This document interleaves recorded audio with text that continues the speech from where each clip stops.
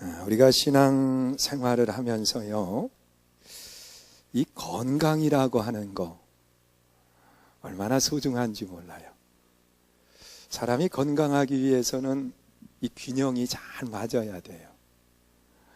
음식을 섭취하는 것도 보면은요, 건강한 사람은 골고루 먹어요. 자녀들에게 이야기하거든 부모들이요, 잘 먹어야, 골고루 먹어야 건강하다. 그리고 엄마는 편식해요. 한쪽만 좋아하죠. 그러면 건강하지 않아요. 사람이 먹는 것이 골고루 잘 먹을 때 건강을 갖게 되는 겁니다. 여러분, 성경에 나타나 있는 말씀을 보면 예수님의 사랑을 받았던 요한이라고 하는 사람이 영적인 건강함이 있다, 그렇게 이야기합니다. 그러면서 뭐라고 이야기하냐고 하면 맨 위에 꼭지점에는 영혼이 있다는 거예요. 그래서 영이 건강하면 마음도 건강하다는 거예요. 마음이 건강하면 육체도 건강해진다는 거예요. 믿으십니까? 어느 사람은 영만 건강해요. 이런 신앙을 샤머니즘적인 신앙이라고 이야기합니다. 그래서 신앙, 영 그러면서 이야기하는데 건전한 신앙은 아니에요. 어느 사람은요, 마음만 강해요. 이런 사람은 철학적인 신앙이에요. 그래서 건강한 신앙은 아니에요. 어느 사람은 육체적인 그러한 것에만 관심이 많아요. 세속화돼요. 좋은 신앙은 영혼이 잘 되고 범사가 잘 되고 강건해지는, 이것이 잘 맞아야 좋은 신앙이 되는 거예요. 믿으세요? 여러분, 오늘 본문에 나타나 있는 말씀에도 보면 성도의 교제에 대한 이야기를 하는데, 여러분, 좋은 신앙 생활을 하려고 하면 이것도 세 가지가 균형이 잘 맞아야 돼요. 그것이 뭐냐고 하면 맨 위에는 말씀 신앙이에요. 하나님의 말씀이 있어야 된다는 거예요. 믿으세요? 근데 이 말씀만 가지고는 안 돼요. 반드시 그 말씀이 생활로 이어지게 만드는데 그것이 뭐냐? 성도의 헌신과 봉사라는 겁니다. 여러분, 하나님의 말씀으로는 충만한데 봉사가 없어요. 이런 신앙은요, 신학생은 그렇게 할 수 있어요. 여러분, 교회는 절대로 신학교가 아니에요. 너무 하나님의 말씀 그러면서 봉사를 잃어버리면 균형 있는 신앙인이 되지 못한다는 거예요. 그리고 또한 이 봉사, 헌신에 대한 것은 굉장히 많이 행합니다. 그런데 교제가 없어요. 이런 신앙은 사회 단체는 될 수 있어요. 여러분, 얼마든지 자선단체에서 봉사 많이 합니다. 좋은 신앙은 어떠한 신앙이냐? 하나님의 말씀도 있어야 되고 봉사도 있어야 되고 또한 꼭지점이 교제입니다. 교제가 있어야 돼요. 여러분, 초대교회의 아름다운 특징이 뭐예요? 이 초대교회는요, 세 가지의 특징이 있었습니다. 하나는 말씀이 살아있는 교회가 초대교회의 모습입니다. 믿으세요? 또한 성도들이 내 것을 내 것이라고 주장하지 아니하고 내 것을 내어놓고 헌신하는 모습들을 보여줍니다. 그리고 또한 성도들 간에 서로 떡을 떼면서 교제하는 아름다운 신앙을 보여주고 있습니다. 이것이 건강한 교회, 초대교회의 모습입니다.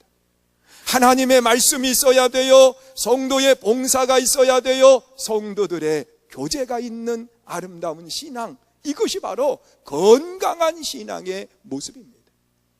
나 오늘 여러분들이 바로 건강한 신앙의 주인공이 될 수 있기를 주님의 이름으로 축원합니다. 어느 한쪽으로 치우치면 안 돼요. 그래서 오늘은 특별히 이 교제에 대한 부분을 먼저 생각을 하려고 그래요. 여러분, 예수 믿으면서 나 혼자 신앙 생활을 하면 좋은 것 같지만 결코 혼자 생활하는 것은 좋은 신앙이 아니에요. 여러분, 하나님의 교회에 올라와서 예배를 드리면 반드시 뭐가 있어야 되느냐? 하나님의 영광을 위해서 봉사도 해야 되고 또한 성도들 간에 아름다운 교제가 있어야 돼요. 여러분, 한국 교회가 많은 분들의 이야기 가운데 요즘 병들어가고 있다, 그런 이야기들이에요.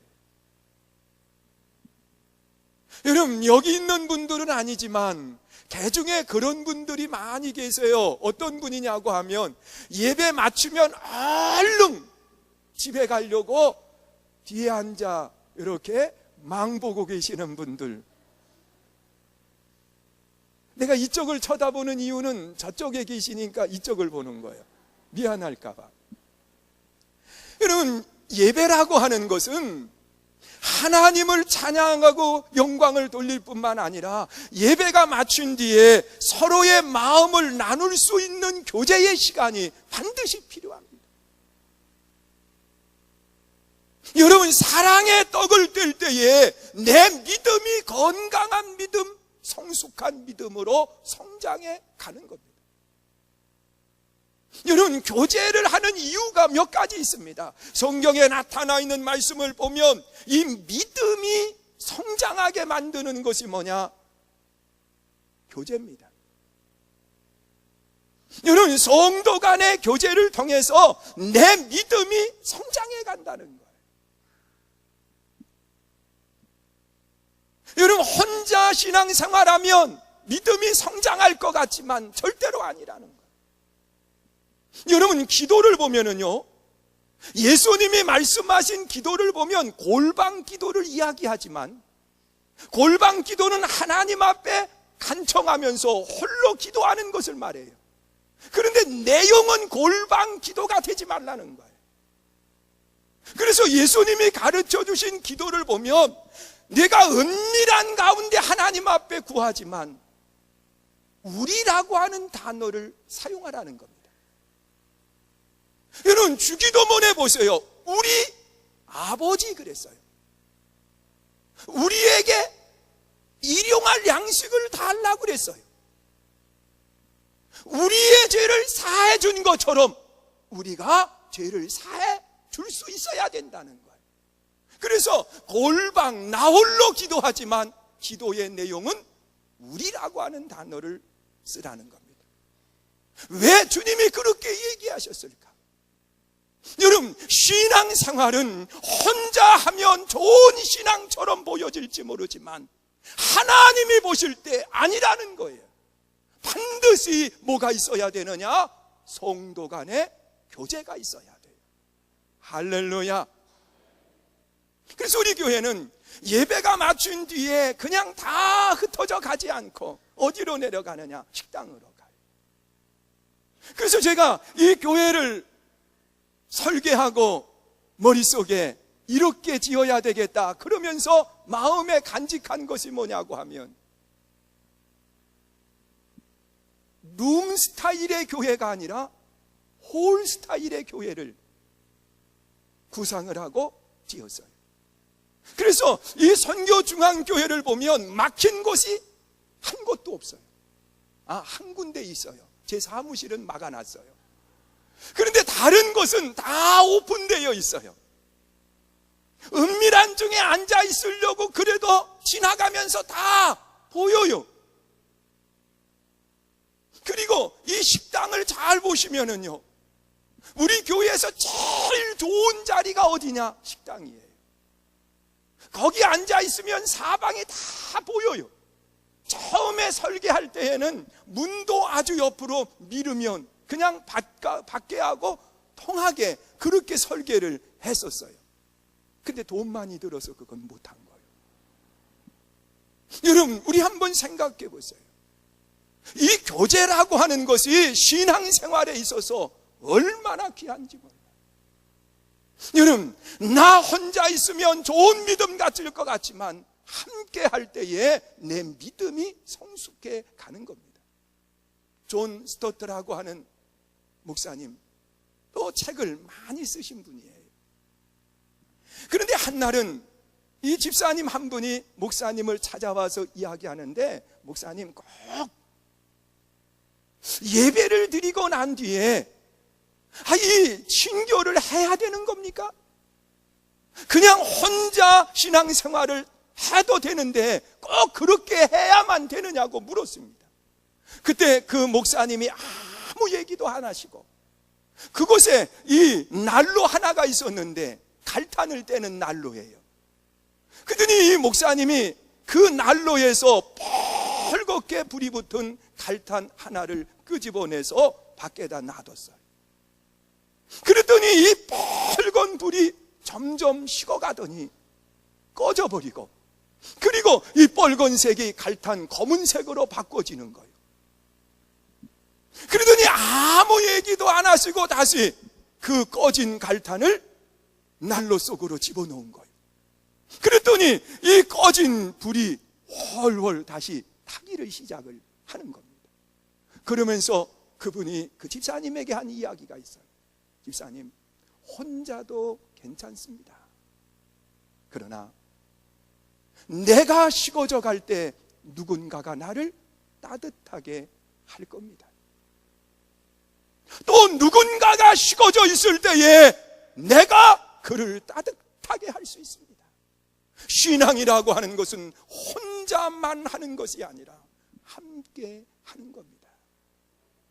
여러분, 우리가 세상을 살아가는 여정 속에 우리 한번 생각해 보세요. 여러분, 우리는 믿음이 좋은 사람을 바라보면서 믿음을 배워갑니다. 아름다운 신앙을 바라보면서 내 믿음을 아름답게 만들어갑니다. 여러분, 탈무드에 그런 이야기가 있습니다. 어느 젊은이가 탈무드를 연구하면서 나름대로 이제 많이 안다고 하는 자부심을 갖게 됐습니다. 그래서 이 연세 많으신 어른, 이 랍비를 찾아와서 물어본 겁니다.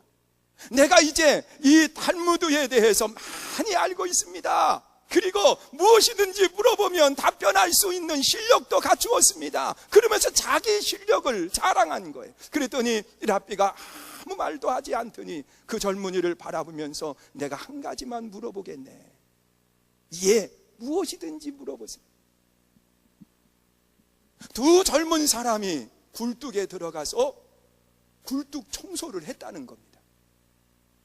그런데 나와서 보니까 한 사람의 얼굴에는 시커멓게 묻어 있고, 그 다른 한 사람은 아무것도 묻지 않았다는 거예요. 누가 얼굴을 씻었겠나? 그리고 물어봤어요. 그랬더니 이 젊은이가 생각하는 것은 당연한 것 아닙니까?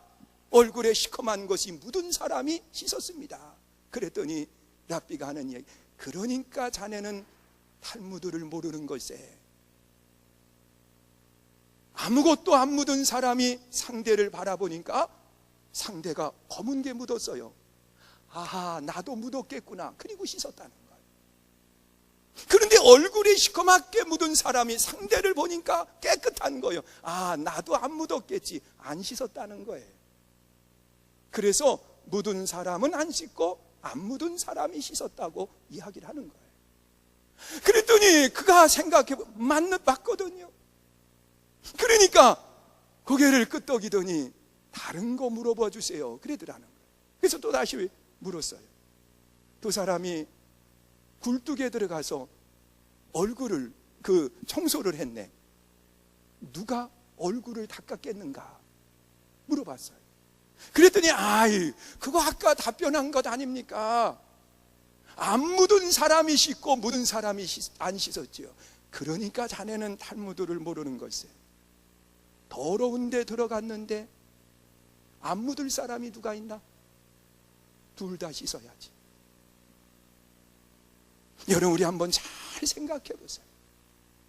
우리가 세상을 살아가는 여정 속에 내 믿음이 성숙한 믿음이 되려고 하면 상대를 보면서 나를 보는 거예요. 믿으십니까? 그러면서 내 믿음을 아름다운 믿음, 성숙한 믿음으로 바꾸어 간다는 거예요. 여러분, 혼자 신앙생활하면 내가 잘못되었는지 느낄 수 없어요. 내 신앙이 바른 믿음인지 몰라요. 사람은 교제를 통해서 내 믿음을 성숙한 믿음으로 바꾸어 가는 겁니다. 믿으십니까? 그리고 또한 좋은 믿음, 그 건전한 신앙생활 속에 교제는 왜 해야 되느냐? 변화를 위해서 교제한다는 거예요. 여러분, 우리는 신앙생활 속에 내 삶의 변화가 언제 일어나느냐? 함께 할 때 변화가 일어나요.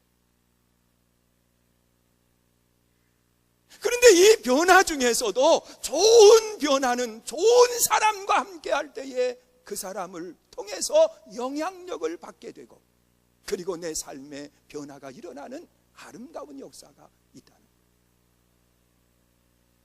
여러분, 우리는 공동체 속에 살고 있습니다. 그런데 이 사회를 가리켜서 이익 공동체라고 이야기합니다. 이익을 위해서 만나는 겁니다. 이익이 되지 아니하면 만남도 끊습니다. 그러나 가정은 사랑 공동체입니다. 이 사랑 공동체는 절대로 이익 때문에 만나지 않습니다. 이익 때문에 행동하지 않습니다. 여러분, 자녀를 양육하면서 이익 때문에 부모가 자녀를 양육한다고 하면 그 부모는 미련한 부모입니다. 아이 한 명 키우는데 사회로 나갈 때까지 3억 원이 들어가는데 그걸 왜 자녀에게 투자를 합니까? 그냥 써버리면 되지요? 이익의 공동체가 아니라 사랑 공동체이기 때문에 그렇습니다. 여러분, 교회라고 하는 것은 이익 공동체가 아닙니다. 교회는 사랑 공동체입니다. 믿으십니까? 그래서 하나님 앞에 우리는 형제요 자매라는 거예요. 그래서 교회는 가정과 같은 사랑의 공동체임을 말하는 겁니다.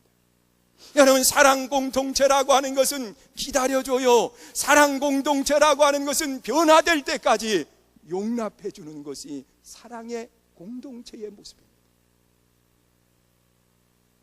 오늘 저는 이 교회가 사랑의 공동체로서 서로의 변화를 기다려줄 줄 아는 믿음의 좋은 일꾼이 되시기를 주의 이름으로 축원합니다. 여러분, 이익의 공동체라고 하면 당신이 우리 아이 결혼식 때 왔으니까 나도 가야지. 그러면 그것은 이익 공동체예요. 사랑 공동체는 안 왔어도 가는 거예요. 믿으세요? 어려운 일이 있으면 안 왔어도 가는 거예요. 그것이 사랑 공동체의 아름다운 모습이에요. 그것을 통해서 아름다운 변화가 일어나는데 때로는 잘못된 변화도 있습니다. 어떤 변화냐? 어느 교회에 김 집사님이 목사님을 찾아왔습니다. 목사님, 저 이 집사 있죠, 이 집사.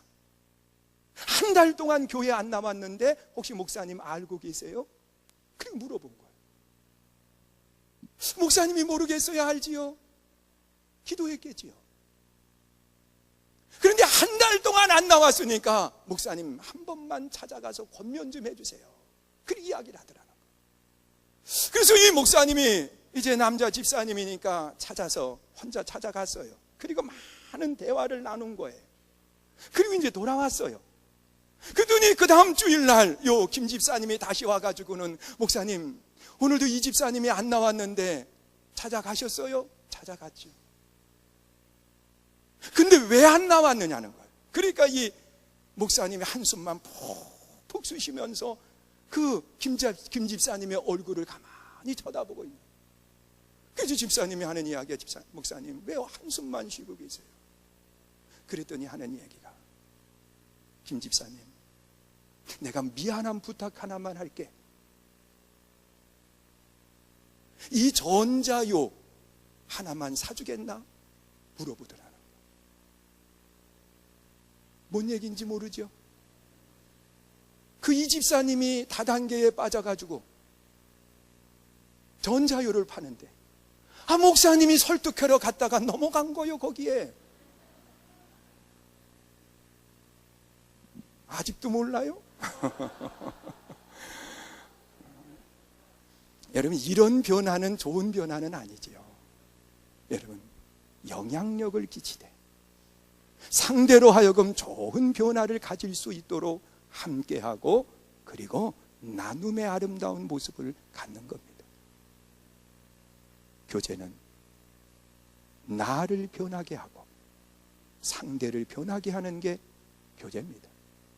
그런데 이 교제는 이익을 위한 공동체가 되는 것이 아니라 사랑을 위한 공동체가 될 때, 그 안에서 기다려주고 그 안에서 아름다운 변화를 경험하게 만드는 겁니다.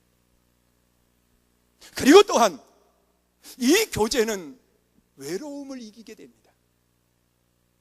여러분, 사람들은 외로움 때문에 스트레스를 받고, 외로움 때문에 공황증에 걸리고, 외로움 때문에 불면증에 걸리면서 잠을 이루지 못하는 그런 모습들을 많이 봅니다. 여러분, 하나님은 사람을 만드실 때에 홀로 있으면 외롭게 만드셨습니다. 그래서 하나님이 아담을 만드신 뒤에 아담에게 모든 권한을 위임합니다. 내가 이름도 짓고 내가 부르는 것인 그대로 되리라, 내가 정복하고 내가 다스려라, 그러면서 모든 권한을 아담에게 위임을 했지만 아담은 홀로인 것이 외로웠습니다. 그래서 홀로 외로워하고 있을 때에 하나님이 아담을 잠들게 하시고 하와를 만들어서 데려오셨습니다. 그랬을 때 아담이 내 뼈 중에 뼈요 살 중에 살이라고 하면서 그렇게 행복해하고 기뻐했습니다.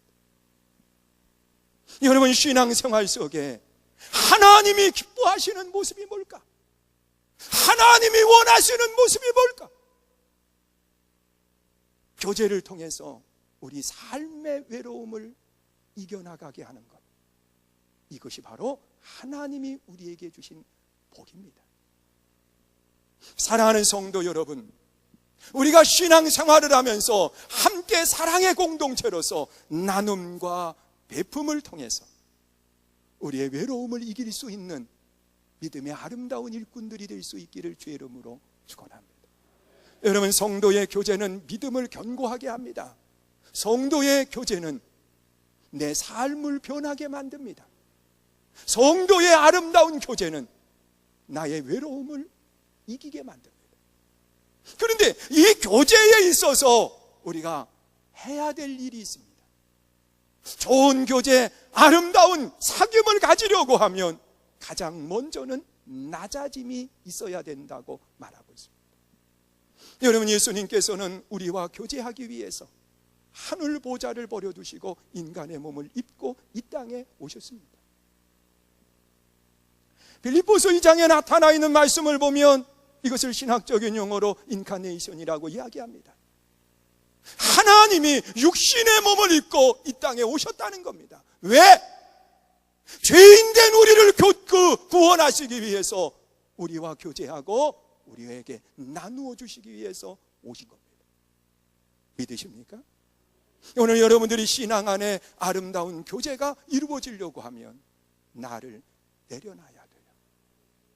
여러분, 스스로 높아진 사람은 좋은 교제가 이루어질 수 없습니다. 내가 최고라고 하는 사람은 다른 사람과 함께 할 수 없습니다. 낮아짐이 있을 때에 우리는 좋은 교제가 이루어지는 거예요. 그리고 두 번째로 참여함이 있어야 됩니다. 여러분, 어떠한 일에든지 내가 참여하는 자가 될 때에 거기에 아름다운 교제가 이루어지게 되어 있습니다. 너는 너요, 나는 나라고 생각하면 안 됩니다. 우리는 어떠한 일 속에도 함께 참여하는 좋은 분들이 되셔야 돼요. 한 사람의 어려움을 당하면 그 어려움에 우리가 동참하는 겁니다. 어느 사람이 좋은 일이 있으면 좋은 일에 동참하는 겁니다. 어려움은 함께하면 나누어지지만 좋은 일은 함께하면 배가 된다고 이야기합니다. 사랑하는 성도 여러분, 교제는 낮아짐이 있어야 됩니다. 교제는 참여함이 있어야 됩니다. 그리고 아름다운 교제는 하나님이 내 안에 거하셔야 됩니다. 여러분, 하나님이 내 안에 거하실 때에 우리는 그리스도 안에 하나가 되는 역사가 일어납니다. 여러분, 그런 이야기 하잖아요. 천국은 한 사람만 간다 그랬습니다.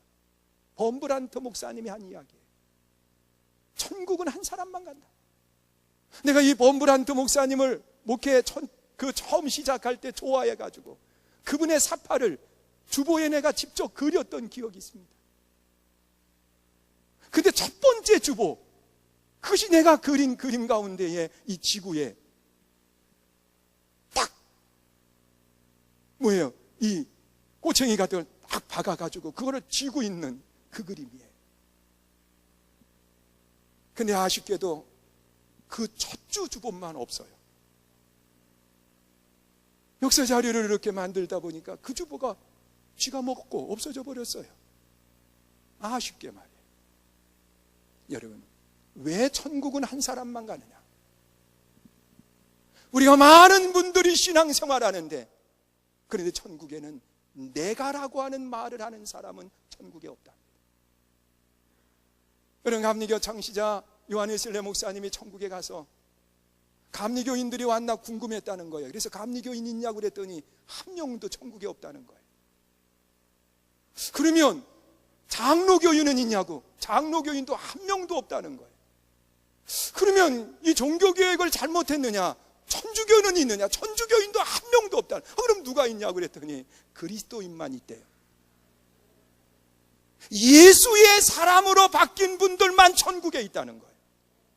그래서 천국은 예수의 사람만 있기 때문에 한 분밖에 없다고 이야기하는 겁니다. 사랑하는 성도 여러분, 우리는 사랑의 공동체입니다.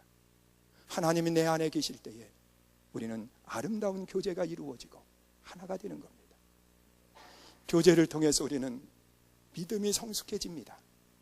변화가 일어납니다. 외로움을 이기게 됩니다. 나는 여러분들이 혼자 신앙생활하지 말고 함께 하시기를 주의 이름으로 축원합니다.